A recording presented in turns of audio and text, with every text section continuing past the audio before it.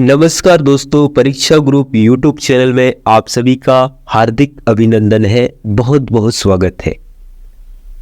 दोस्तों, आज का टॉपिक है हमारा राज्य विधायिका, जिसको राज्य विधानमंडल भी कहा जाता है।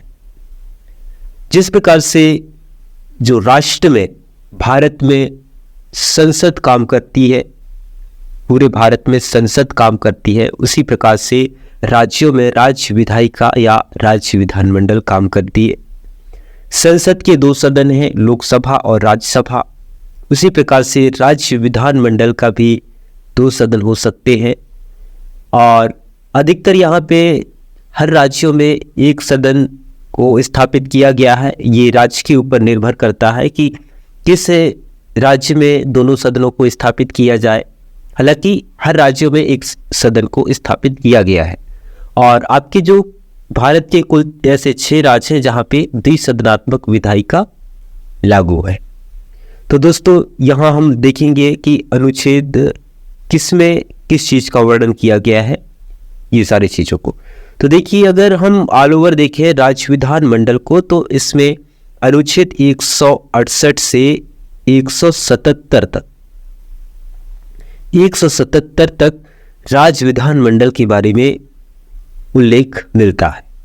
अनुच्छेद 168 से 177 तक राज्य विधानमंडल के बारे में उल्लेख मिलता है। तो हम यहाँ पे 168 से 177 अनुच्छेदों को देखेंगे और किनमें किस अनुच्छेद में क्या चीज़ को रखा गया है। तो चलिए दोस्तों, यहाँ पे देखते हैं हम लोग सबसे पहले अनुच्छेद 168।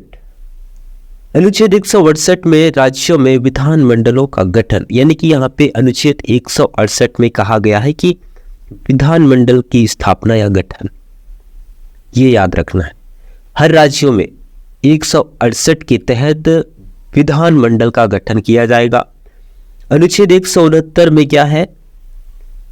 विधान परिषद। जिस प्रकार से लोकसभा और राज्यसभा संसद के दो सदन होते हैं, लोकसभा और राज्यसभा संसद के दो सदन होते हैं। ये आपने ये भारत के संपूर्ण प्रशासनिक व्यवस्था को अगर देखें तो, लेकिन राज्य में देखें, राज्य विधानमंडल में यहाँ भी विधानसभा और विधान परिषद होता है। लेकिन मैंने बताया था द्विसदनात्मक जो विधायिका है वो केवल 6 राज्यों में है, बाकी अन्य राज्य हैं वहाँ पे केवल विधानसभा है। तो यहाँ पे 169 में कहा गया है कि विधान परिषदों का उन्मूलन या निर्माण, अगर राज्य चाहे तो अनुच्छेद 169 के तहत विधान परिषद का सृजन कर सकता है, या फिर उसकी अगर है वहाँ पे तो उसकी समाप्ति भी कर सकता है। उसको द्विसदनात्मक व्यवस्था का अगर रखना है तो रख सकता है, और नहीं रखना चाहता तो उसको समाप्ति भी कर सकता है। तो दोस्तों, याद रखें आप लोग, अगर किसी राज्य में विधान परिषद को स्वीकृति अगर लाया जाए और मिलता है तो वो संसद के द्वारा स्वीकृति दी जाती है, तब जाके वहाँ पे विधान परिषद की स्थापना होती है। अब देखिए दोस्तों, आगे हम 169 अनुच्छेद में कहा गया है कि विधानसभा की संरचना। जिस प्रकार से विधानमंडल के दो सदन होते हैं, है ना, विधान परिषद और विधानसभा, तो 170 में विधानसभा की गठन की बात कही गई है। 170 हो गया। इसके बाद हम लोग देखते हैं 171 अनुच्छेद 171 में विधान परिषद की गठन। अनुच्छेद 170 में विधानसभा के गठन की बारे में बात की गई है और 171 में विधान परिषद के गठन के बारे में बात की गई है। आगे देखेंगे हम लोग अनुच्छेद 172 में राज्य विधानमंडलों की अवधि, यानी कि ये कितने वर्षों के लिए स्थापित किया जाएगा, 5 वर्ष के लिए, 6 वर्ष के लिए, है ना। तो जिस प्रकार से अगर हम देखते हैं राज्य विधानमंडल में जो दो सदन है, विधानसभा और विधान परिषद, तो जो विधानसभा है, आपके विधानसभा का कार्यकाल 5 वर्ष का होगा और विधान परिषद का कार्यकाल होगा आपका 6 वर्षों का। तो इस प्रकार से इसकी अवधि अनुच्छेद 172 में उल्लेख किया गया है।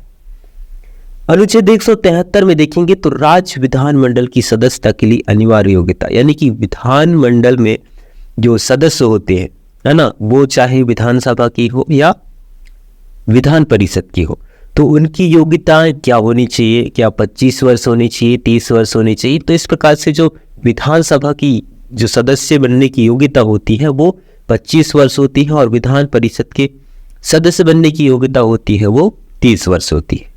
तो योग्यता के बारे में यहाँ पे बात किया गया है अनुच्छेद 173। अब देखते हैं दोस्तों 173 के बाद 174 ये देखेंगे।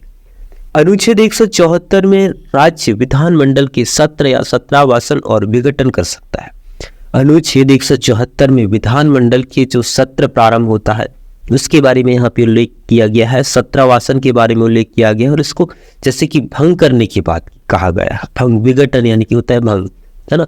तो जिस प्रकार से विधानसभा को भंग किया जा सकता है ये अस्थायी सदन है, लेकिन जो विधान परिषद होता है वो जिस प्रकार से राज्यसभा जैसे होता है केंद्र सरकार में, तो उस प्रकार से राज्यसभा एक स्थायी सदन है, उसी प्रकार से विधान परिषद भी एक स्थायी सदन है। इसको कभी भंग नहीं किया जा सकता बल्कि इसको समाप्त किया जा सकता है ना। इसके बाद देखते हैं अनुच्छेद 175 में संसद ये सदन या सदनों को संबोधित करने और संदेश भेजने का जो अधिकार है वो राज्यपाल का अधिकार होता है। जो विधानमंडल के दोनों सदन है या एक सदन है ना, तो उनको संबोधित कौन करता है वो राज्यपाल करता है और इसके अलावा संदेश भेजने का अधिकार भी राज्यपाल के द्वारा होता है। आगे देखेंगे 176 राज्यपाल द्वारा विशेष अभिभाषण। जिस प्रकार से राष्ट्रपति अपना विशेष अभिभाषण प्रस्तुत करता है उसी प्रकार से राज्य विधायिका या विधानमंडल में 176 के तहत राज्यपाल विशेष अभिभाषण प्रस्तुत करता है। अब जो लास्ट है हमारा अनुच्छेद 177, यहाँ पे 177 में ये कहा गया है कि सदनों के संबंध में, जो सदन है दोनों सदन भी हो सकते हैं या एक सदन हो सकते हैं, लेकिन हमारे भारत में ऐसे 6 राज्य हैं जहाँ पे 2 सदन है ना। लेकिन यहाँ पे हम देखेंगे सदनों के संबंध में मंत्रियों और महाधिवक्ता के अधिकार के बारे में यहाँ पे बात किया गया है। जिस प्रकार से महाधिवक्ता जो होता है वो किसी भी सदन की सदस्यता ग्रहण नहीं मतलब सदस्य नहीं होता। जो महाधिवक्ता होता है वो ना तो विधानसभा का सदस्य होता है और ना ही विधान परिषद का सदस्य होता है, लेकिन वो सदनों में अपनी बैठक में मतलब सदनों की बैठक में वो बैठ सकता है ना। तो ये सारी चीजें थी अनुच्छेद 168 से 177 तक यहाँ पे राज्य विधानमंडल या राज्य विधायिका से संबंधित जो अनुच्छेद है उनका उल्लेख किया गया है। तो यहाँ तक की याद रखेंगे आप लोग। और जिस प्रकार से यहाँ पे हम अगर देखेंगे आगे तो जो 6 राज्य कौन कौन से जहाँ पे द्विसदनात्मक विधायिका है वो राज्य हैं आपके यहाँ पे देखेंगे। सबसे पहले देखते हैं हम लोग बिहार। बिहार में क्या है द्विसदनात्मक व्यवस्थापिका है। बिहार हो गया, 6 राज्य हैं। बिहार के बाद आता है उत्तर प्रदेश, यूपी में भी द्विसदनात्मक विधायिका है, विधान परिषद और विधानसभा। बिहार और उत्तर प्रदेश हो गया। इसके बाद देखेंगे हम लोग क्या कर्नाटक हो गया आपका। इसके बाद कर्नाटक के बाद आता है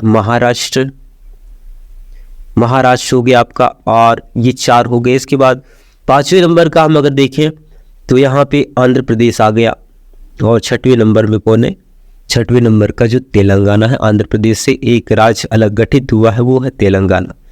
तो इस प्रकार से ये 6 राज्यों में द्विसदनात्मक विधायिका है, विधान परिषद और विधानसभा। तो दोस्तों ये छोटा सा प्रयास, मेरा प्रयास आप लोगों को कैसा लगा और कमेंट करके बताइए। वीडियो पसंद आए तो वीडियो को लाइक कीजिए, चैनल को सब्सक्राइब कीजिए। नमस्कार दोस्तों, मिलता हूँ मैं अगली वीडियो में।